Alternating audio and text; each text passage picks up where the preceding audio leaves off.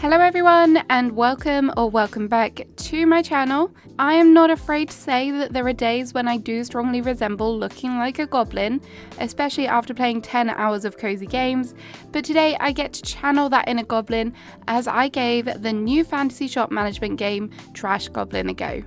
If you want more cozy game content, don't forget to like and subscribe, but here is how I spent my first 20 days in the game. The first day started with a very warm welcome from my mentor Eamon, and I got a tour around my tiny living conditions. The whole area definitely could do with a little lick of paint, and that bed is definitely cozy, but it's okay as goblins don't have back issues apparently. Eamon very kindly gifted me my first tool, which was a sponge. If you ask me, it looked a little deceptively like a potato. A sponge potato? Maybe. After a brief explanation, I was put straight to work and cleaned my first horn. No one wants a dirty horn. With a little bit of rotation, I managed to clean up all of those small splodges of whatever covers the trinket. I really think it's best not to ask in this situation. Eamon, or his alter ego, then decided it was time to do a little bit of roleplay so that I could sell my horn and learn all about serving customers. So I placed it down onto the counter and it looked a little suspiciously big. He gave me 104 gold for this. I have no idea if this was a good deal or not. Clearly, I am beginning to make progress as I have a brand new tool, a chisel. I tested out the brand new chisel and all I had to do was chip away at the different blocks to reveal this wonderful dirty bottle. After this, a brand new customer who I have definitely never ever seen before walked into the shop, and look at that, they decided they wanted a nice clean bottle. So off back to the workbench I went to make it look nice and sparkling clean. I delivered the bottle to Nimon's twin, and then after all that hard work, it was time for bed. The next morning, Eamon was back again, giving me a nice little pep talk for the day. I didn't even have time to enjoy my breakfast before my first customer arrived and they wanted a clean pot, so I headed over to the workbench and look at that. The first thing just happened to be a pot. So I cleaned it up and delivered it for 51 gold. I then continued to chip away and discovered a fancy kettle, another pot and a bedpan. That will definitely come in handy. I then noticed I actually had a customer waiting for me and they just happened to want a nice clean bedpan. I mean, who would want a dirty one after all? I cleaned it up and delivered it. I hope she wasn't eager to use it as it might have taken a little while. There was no customer waiting for me on day 3, so I wasted no time in getting back to my workbench. The first trinket of the day stumped me a little bit as it was a bit of a struggle trying to find the starter block to break, but I got there eventually and ta-da, a grandma's egg was now mine. I then heard the shop bell ring and it was Redouard the blacksmith. Redouard needed a pot repairing after they had dropped it. As a clumsy girl, I feel their pain. For the repair, I needed a new tool, the upcycler. Before I could use the new tool, I had to ensure that all the parts were nice and clean. After using my trusty potato sponge, I put them back together and look at that, it's as good as new. For my hard work, I earned 76 gold. Redouard is a little stingy if you ask me, but they did let me keep the upcycler tool, so that is one bonus. I finished the day out at my workbench and found a human dagger pommel. Is this shop a front for making weapons? Just as I was heading to bed, I realised there was another customer who had a very interesting outfit choice. I do like a barrel, but I can't help but think they must be very cold in this outfit. Unfortunately, I had run out of time to clean up the egg they requested, so off to my bunk. Thankfully, the customer was still there in the morning, so I got back to cleaning up their order. For the egg, they gave me 266 gold. Show me the money. I knew I liked barrels for a reason. I then had a harder trinket to uncover as my chisel would only work on the purple spots on these blocks, but I eventually got there and uncovered a teapot lid. Hopefully we can find the pot for this soon so that we can make a brew. Today's other discoveries included a lit crown and a tiara decoration. How very royal. On day 5, Eamon stopped by again and showed me how to upgrade my surroundings.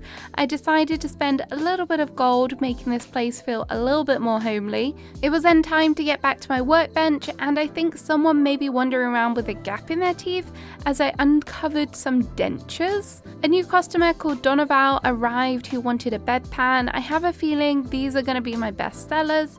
Donoval was very happy with his purchase. I then got another adorable customer who was a mushroom bookseller, and they were after a magnifying glass. Alas, he will have to wait for another day though, as my bed is calling me. The next morning, I spent the day on the hunt for the magnifying glass for my new mush friend. I eventually uncovered the magnifying glass holder, but I'm not sure it should class as a magnifying glass without the actual glass. Now to find the glass. How many times can I say the word glass? Thankfully though, it didn't take too long and I was able to use the upcycler and pop it back together. We have another very happy customer. On day 7, I was greeted by a brightly coloured frog called Tamara, but this customer was not friendly and didn't even ask for an item. I'm not sure I want to meet her again. Thankfully, another mushroom customer arrived shortly after. Their name was Mush Romeo. I wonder if there is a Mush Juliet as well. Romeo was in a little bit of a pickle and needed a loot, so I got back to my workbench, chipping away at those blocks. I didn't find a loot, however I did find a pot and a pot handle, so I decided to repair this, but I didn't manage to finish my project before it was bedtime. For the first time, I had made 0 sales. Up early, the first order of the next day was to fix a pot, and shortly after this, I uncovered the loot. On delivery to Romeo, I chuckled a little as it's a lot bigger than his small mushroom build. He is going to have fun carrying that home. Romeo was pretty generous, and 210 gold is not too shabby. Just as another mush left, another arrived. This time they wanted an elephant kettle. Thankfully, I had one in my storage, so that was a quick 50 gold made. My third customer of the day was of the human variety, but his request for an ivory hair comb tassel will have to wait for tomorrow. The next morning, I tried to put together a dagger, but something was not quite right. I found a hairpin tassel pretty quickly, but this was not the one he was after, so I kept searching, and as the end of the day was nearing, I eventually found it. My next customer was Froggins, and they may well be my favourite customer so far. Froggins had a special request. He wanted me to restore a hairpin and find a tassel to match with it. I cleaned up the hairpin and tassel that I had found earlier, but didn't quite have enough energy to put them together. Upon waking the next morning, I fixed the items together and thought it looked pretty good, but Froggins didn't seem too convinced. However, they did give me 264 gold, so it can't have been that bad. Another mushy friend arrived at the shop who wanted a goblin dagger hilt. However, I had 0 luck trying to get my hands on this one. On my hunt, I did discover it's 1 liar get 1 free day and ran out of inventory space, so now it's time to store things around the workbench. This is going to become very messy very quickly. On day 11, I finally managed to deliver the dagger hilt. He is a very happy mushroom now. After he left, I discovered a tiara and thought it would be the perfect accompaniment to the tiara decoration I had found earlier, so I repaired them together. A tiara perfect for a trash princess. And with no more customers, the rest of the day was spent cleaning. The following morning, Amon decided to show up again with a stock delivery and the promise of new tools and upgrades. He very kindly gave me an upgrade on the upcycler for free, and then another barrel wearer turned up. They must be very fashionable in this world, and they wanted a tiara decoration. This is typical. I literally just used it to repair the tiara, but thankfully they accepted the repaired tiara, and this may be my biggest sale yet. I uncovered some new trinkets, including a goblin lantern, and decided to spend some time putting back together a beer stein, but I think I'm missing a handle. Day 13 is unlucky for some, but hopefully not me, as I decided to invest and upgrade the upcycler yet again. Another human arrived at the shop and they wanted a viola turning peg, but I had 0 luck finding this, so I just kept stashing all of the stuff at the back of my workbench. It's beginning to look like a junkyard back here. Whilst continuing the hunt for the tuning peg, I made some interesting discoveries on day 14, including a goblin mask and a fist. I'm not sure I want to know what this is for, but I was starting to get frustrated as this tuning peg was nowhere to be seen.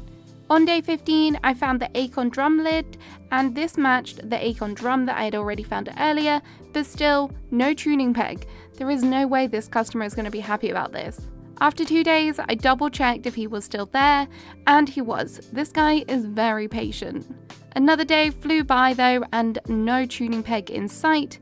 Am I really just this unlucky, or does it not exist? Defeated, I headed to bed. Day 17 was another failed day at trying to find the tuning peg, and guess what? Still didn't find it. On day 18, because my workbench was getting overwhelmed with trinkets, I decided enough was enough and it was time to dismiss the customer and hope that I can clear out some of the junk that I have stocked up. So I did this and I was quickly able to make a sale of an elephant kettle. A frog then wanted an esoteric ring, but I'm pretty sure I don't have that, so I decided to skip this order. A bolder friend then turned up and wanted a natural charm. Thankfully, this was pretty easy to find in my pile of junk.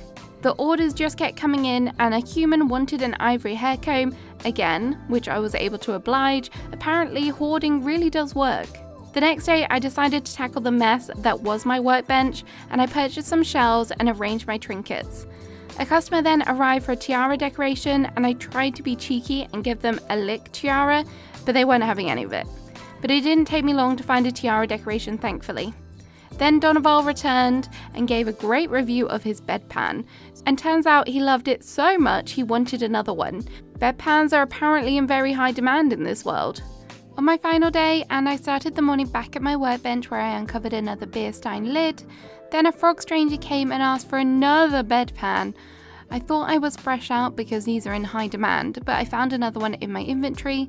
Mush Romeo also made a reappearance, and he wanted a denture tooth. Unsurprisingly, he wanted it to be a clean tooth, so I had to spruce this one up for it to be sold. Another funky haired mushroom arrived shortly after, and they wanted an acorn drum lid, which I had stowed away. I was honestly expecting more money for this, as it was put together as a whole kind of collection, but oh well. And with the day drawing to a close, I decided to spruce up my bunk a little bit. So there we have it, there are my first 20 days in Trash Goblin. This game is still in early access, so I'm interested to see what else is added, but overall the game loop is pretty satisfying. Let me know what you think, have a great rest of your day, and I'll see you again soon. Bye bye!